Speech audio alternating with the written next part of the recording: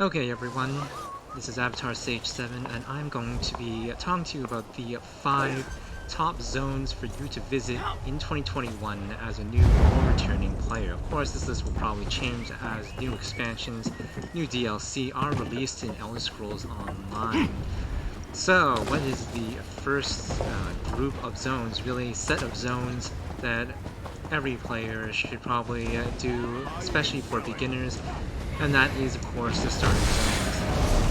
Whether it's for the Empire Pact, Auradon, or for the DAGGERFALL coming in. So let's go pay a visit to, for example, Stone Falls and Davin's Watch specifically. And this is one of the starter zones.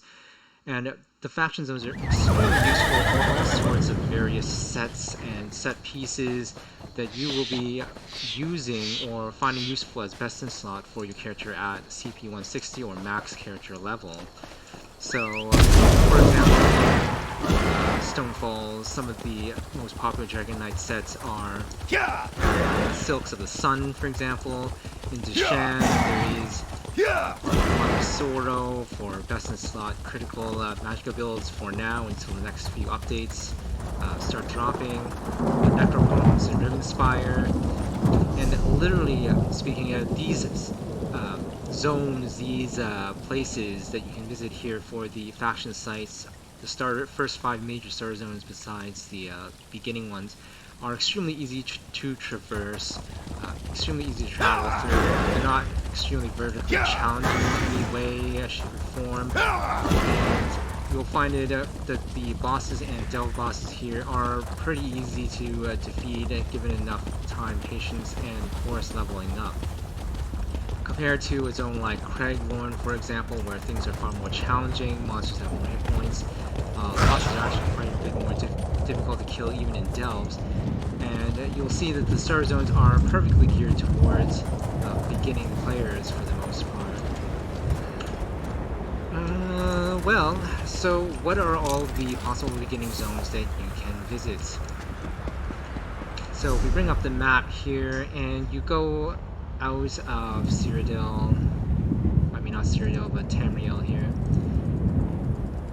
I mean, you go into Tamriel, you can literally find any of the starter zones for the specific areas that belong to your faction. So let's say we are in Ebonheart Pact.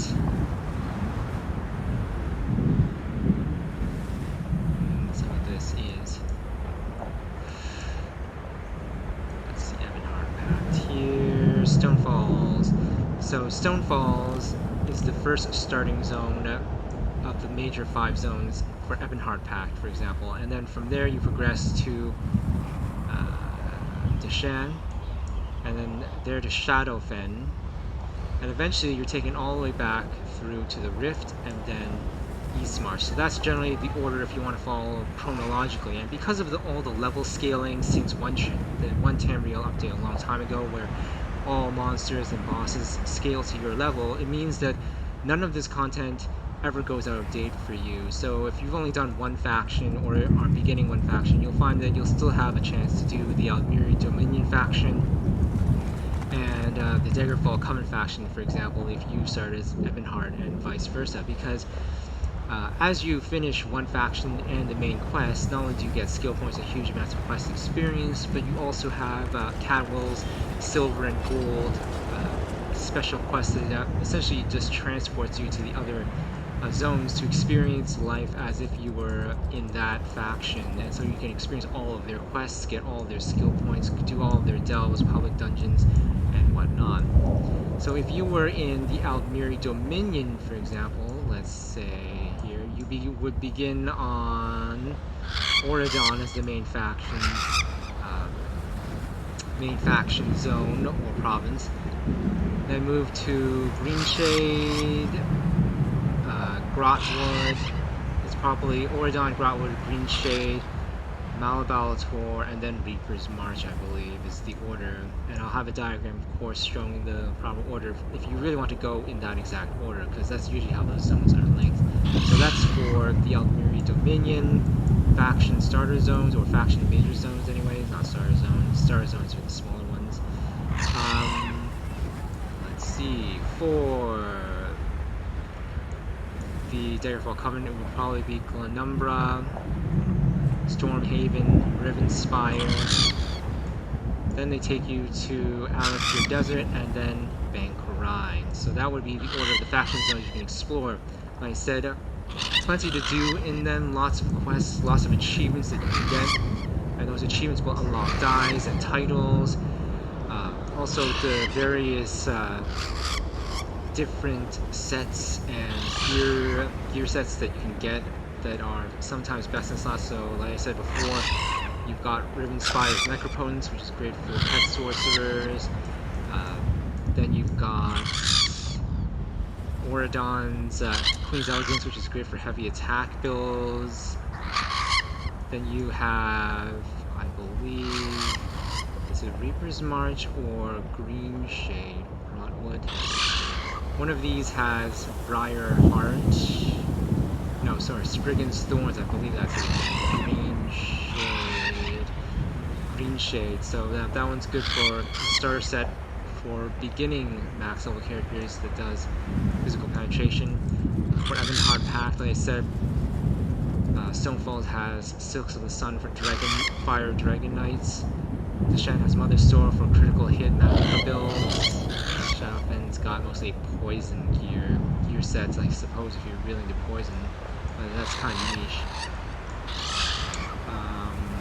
You have East March for Ysgrimor's Birthright for Ice Warden builds, I suppose, if you want to do ice damage. And so there's some of those examples of the zone-specific sets that are best in slot. Briarheart is actually coming up later on. Okay, so what is the fourth most popular zone to make use of? Visit, sorry, not to make use of, but also to visit in the Elder Scrolls Online. And here I am being attacked by the shock. So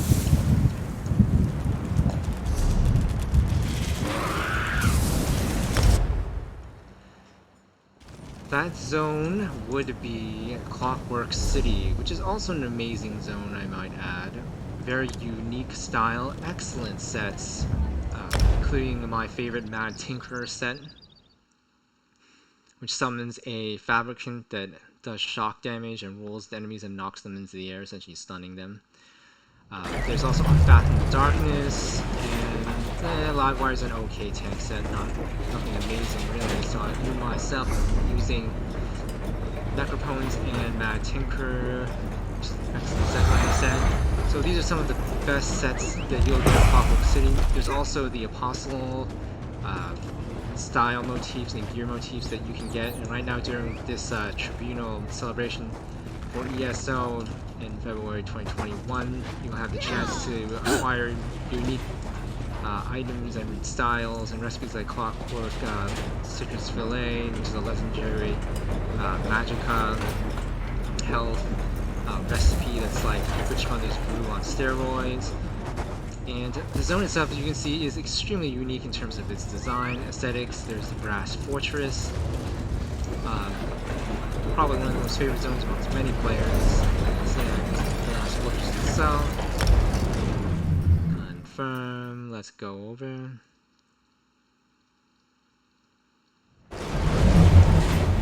And you'll see the special unique architecture that Clockwork City has. So lots of dailies here. Capable combatants needed for hazardous work. Please respond for more information. Not unique, but there has to be someone willing specific to help us. all DLC zones in Elder Scrolls Online, which is amazing. So you can do dailies for daily delves and daily world bosses, which drops rewards. During this Tribunal ESO celebration, there will be double the rewards and chances to get the special Ordinator style motifs. I can't remember what exactly the Ordinator style motif is called.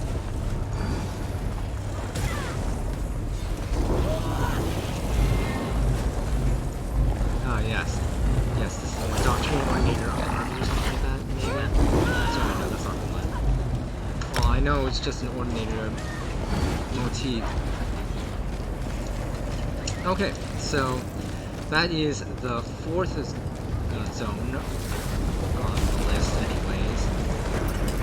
The 3rd zone is going to be Rothgar or Sinian, so you're going to see that it's going to have 2 public dungeons, one over here, Old Orsinium, and I believe one here, which is looking to the left, which is a Glimmer dungeon, sort of public dungeon. So it's got 2 dungeons, excellent sets. Go over to Rothgar now, specifically the Orsinium Blade Shrine.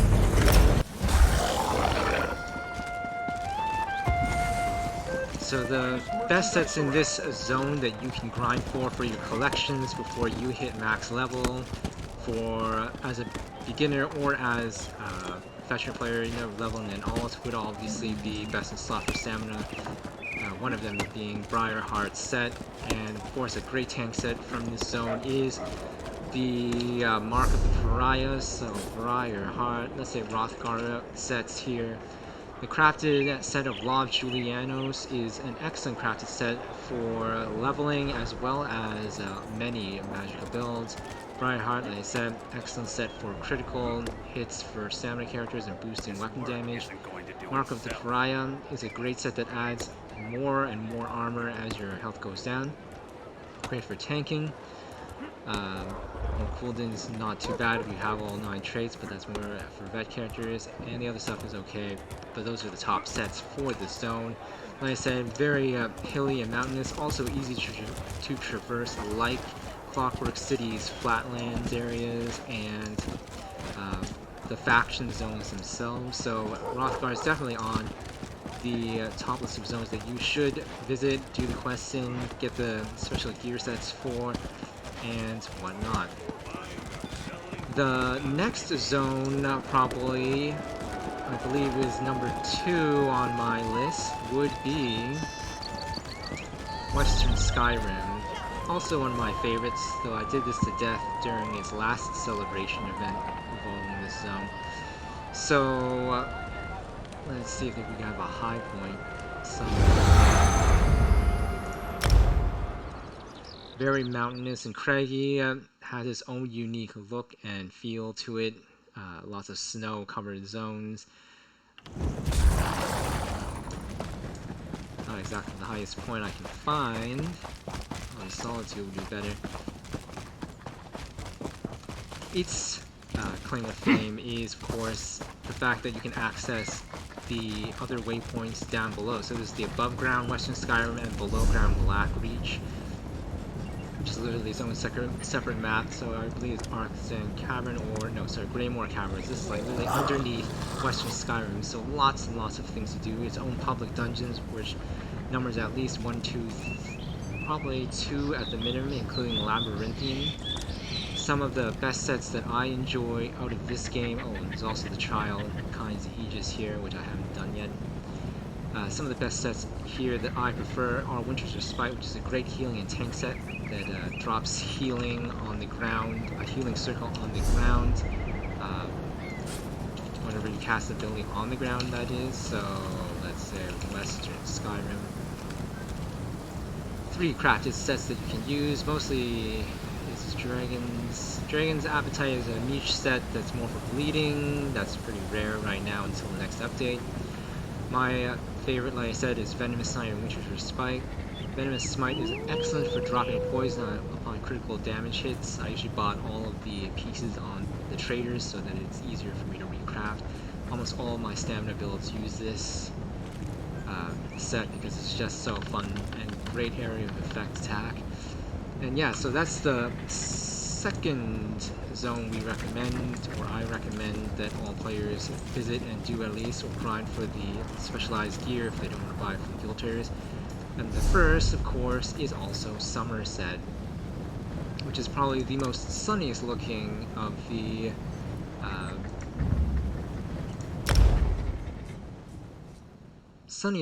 of all the DLC zones. It introduced jewelry crafting, while Western Skyrim introduced the collections book. And you can see that it's very bright. It reminds you of Oridon, but there's a lot of coastal areas here. I'm trying to see if we can actually do believe the coastal areas are in the northern area. It's more easily seen. Let's go to Lilandrel. There are some excellent sets here. Slowed Semblance is good for PvP with Oblivion damage. It's a coastal view because it's an island. So, like I said, Slowed Semblance.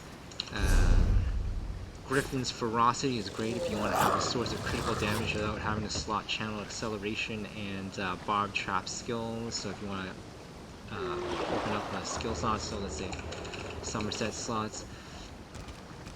Also excellent. And what else is there? Yeah, those are probably the best sets of Somerset, really. This place has 2 public dungeons, if I'm correct. So let's take a look. Another good set of Clockwork City that I forgot to mention was the Clockwork City. I don't know if you remember me.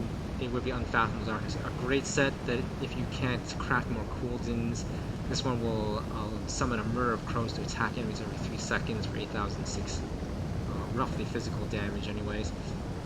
Also a favorite, usually I use in my stamp sword, but more so like probably on the lower level tiers of my preferred favorite tier sets.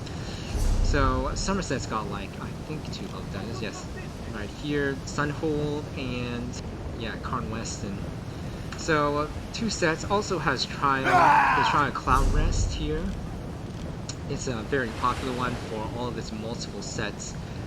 Aegis of Galloway, which is a tanking set. Arms of Reliquin is a stamina set. Soror's Mantle of Magica and Vestments of Olorime is a heal set. Some of them used to be best in slot, but it's changed since the new DLCs have come out since then. So Somerset ranks pretty much on the number 1 on this list for now, but there are some honorable mentions that I can make.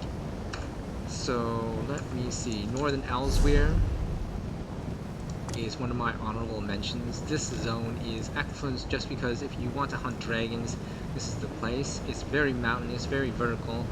Not quite as friendly for traveling because it's so vertical that you literally end up having to fall off mountains if you want to get somewhere fast. Otherwise you have to follow these paths all around.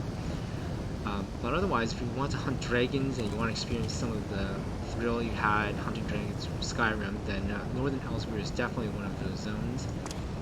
MURKMIRE is special in that it's got some character and depth to the NPCs here, backstory, and just the swampy, unique nature of the flora and fauna make it amusing because the plants can actually attack you or at least cause damage to you if you're not careful and you run into them by accident, and the mosquitoes are just absolutely unbelievable. It lends you the feel of feeling that you're actually in a swamp. So we're here in MURKMIRE, literally. And